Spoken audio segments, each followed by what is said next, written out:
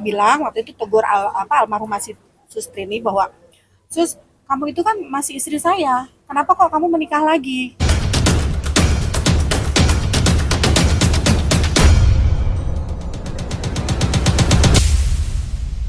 Hubungan kurang harmonis yang terjadi menimpa keluarga almarhum anggota Kusflus, Yon Kuswoyo. Bagaimana tidak? Sejak ia tiada kini tensi panas justru terjadi antara Susi Susrini dengan Bonita Angelia, yang sama-sama pernah menjadi istri bagi almarhum.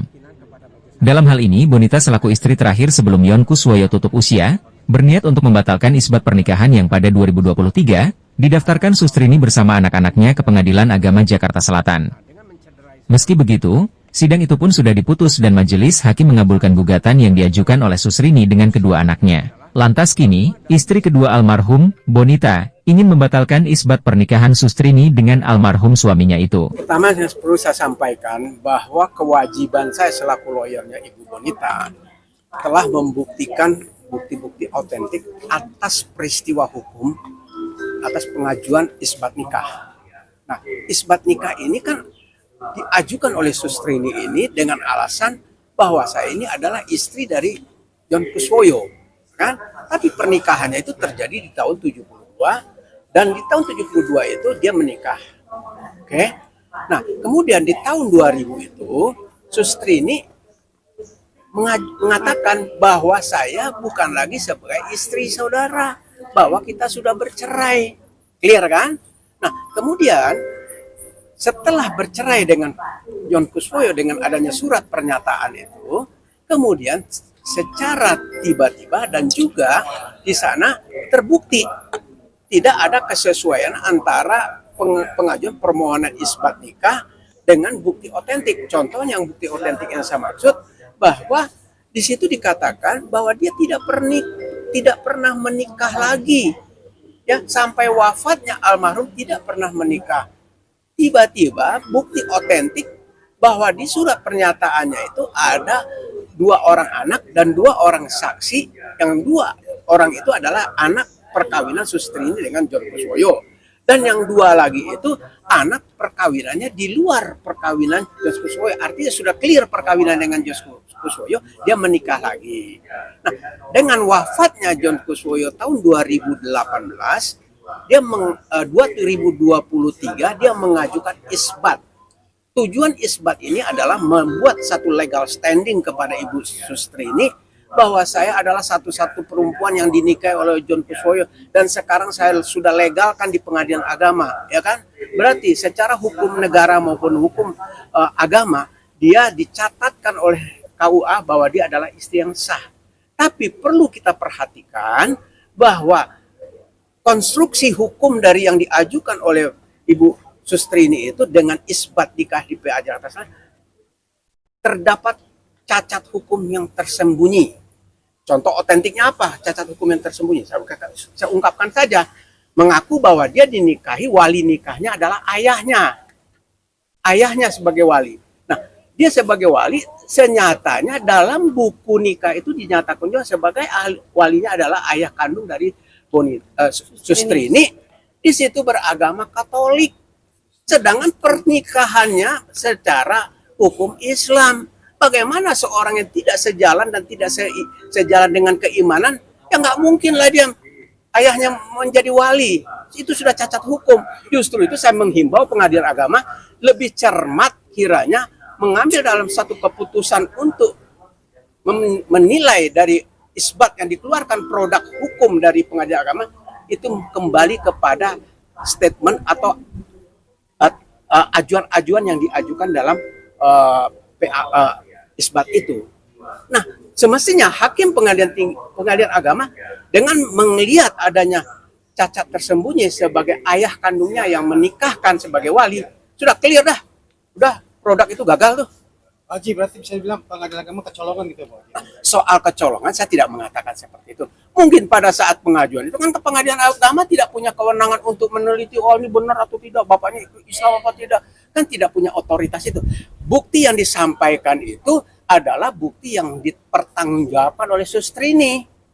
Tapi ternyata di situ ada cacat tersembunyi, ya bertanggung jawablah pengadilan agama dalam hal ini. Kalau itu bukti itu dibenarkan oleh kami, kita bisa membuktikan kebenaran itu, pengadilan agama mengatakan produk kami dengan isbat yang diajukan oleh Sustrini batal demi hukum, dicoret oleh pengadilan. Itu konsekuensi logis hukumnya begitu. Oke? Bang Raja, ada tambahan? Oke, saya tambahkan ya. Klien kami ini Bu Bonita ya mengupayakan agar batalnya isbat dari permohonan mereka. Memang tadi udah disampaikan oleh Pak Haji, banyak satu hal yang diduga ya. Ini kalau menurut kami bisa diduga, ya bisa kalau fakta-fakta sudah oke semuanya, bahwa banyak kebohongan di dalamnya. Karena banyak kebohongan, karena itu kami ingin membatalkan isbat itu. Kenapa kami sampaikan seperti itu? Kami ulang lagi kembali bahwa Bu Bonita ini menikah tahun 1995. Istri pertama Sutrini tahun 72. Pada saat Bu Bonita menikah, itu memang semuanya sudah berpisah ya. Bu Bonita si Sutrini dengan Yon Kuswoyo. Karena itu Bu Bonita menikah. Oleh karena itu, karena ada pernikahannya, isbatnya yang memang menikah tahun 72, itu pernikahan di bawah tangan ya. Pernikahan di bawah tangan, namun diisbatkan, dikuatkan, dicatat di negara, yaitu di KUA. Ya, seperti itu.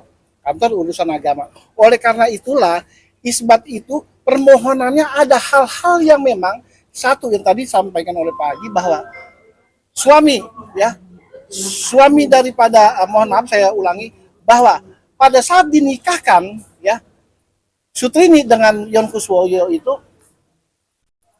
sebagai walinya adalah orang tuanya Sutrini yang beragama Kristen Katolik.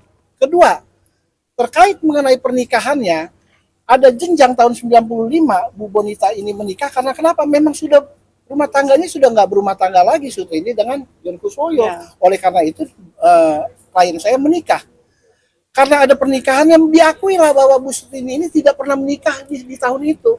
Kebohongannya ada. Kita akan buktikan itu semuanya nanti. Ya, tadi kita sudah buktikan juga Pak Haji bahwa terkait mengenai KTP-nya di tahun 91 masih beragama Kristen nih Bu Sutrini. Ya, kenapa harus akui aja kalau memang Bu Sutrini ini pernah menikah? Akui saja gitu. Kenapa tidak? Gitu. Sampai detik ini saja untuk anak daripada Sutrini mengakui bahwa ibunya belum pernah menikah gitu. Kita akan buktikan semuanya nanti bahwa di pengadilan kita akan buktikan, kita akan upaya hukum bahwa klien kami ini akan mengupayakan untuk anak-anaknya dan segalanya. Itu aja menurut saya. Bu Nita ada tambahan terkait sidang hari ini? Ya, saya sih kepingin semuanya cepat selesai karena kan fakta-fakta sudah ada nih ya, bukti. Itu tadi yang seperti pengacara saya bilang, saya menikah tahun 95 pada saat Pak Yon sudah sendiri. Karena kan tahun 80-an itu Susi sudah menikah lagi dengan yang dua laki-laki yang berbeda dan punya 2 orang anak. Jadi kok kenapa di tahun 2004 ini dia mengisbatkan pernikahan dengan almarhum Pak Yon bahwa dia tidak pernah berpisah bercerai dengan Pak Yon. Terus yang tahun 80 gimana ceritanya itu kalau dia sudah pernah menikah? Saya hanya ingin memberikan ya kebenaran yang memang sebenar-benarnya karena cerita itu kan bukan saya mengarang ya, itu dari almarhum sendiri yang cerita sama saya. Karena almarhum pernah bilang waktu itu tegur almarhum masih Sustrini bahwa Sus, kamu itu kan masih istri saya, kenapa kok kamu menikah lagi? Almarhum waktu itu tanya gitu sama Susi ya. Terus Susi bilang, loh saya kan sama kamu nikah siri, jadi saya bebas dong menikah lagi dengan siapapun. Jawabannya seperti itu. Terus kalau memang udah dia merasa menikah siri, lalu kenapa tahun 2004 ini diisbatkan? Kan seperti itu. Ada apa sih? Yang jadi harusnya ditanya di sana ya, bukan saya. Kalau saya sih, karena saya ingin memperjuangkan hak anak-anak saya. Yang itu aja sih. Bang, sudah ada hasil belum sih Bang dari sidang ini? Sejauh ini gitu. Ya kalau mengenai hasil, kan masih ada beberapa tahap lagi yang harus diselesaikan ya. Nah, tahap-tahapan ini yang harus dilewati. Ini sebetulnya sudah menginjak kepada finalisasi dari perkara ini, hanya beberapa kali sidang lagi sudah selesai.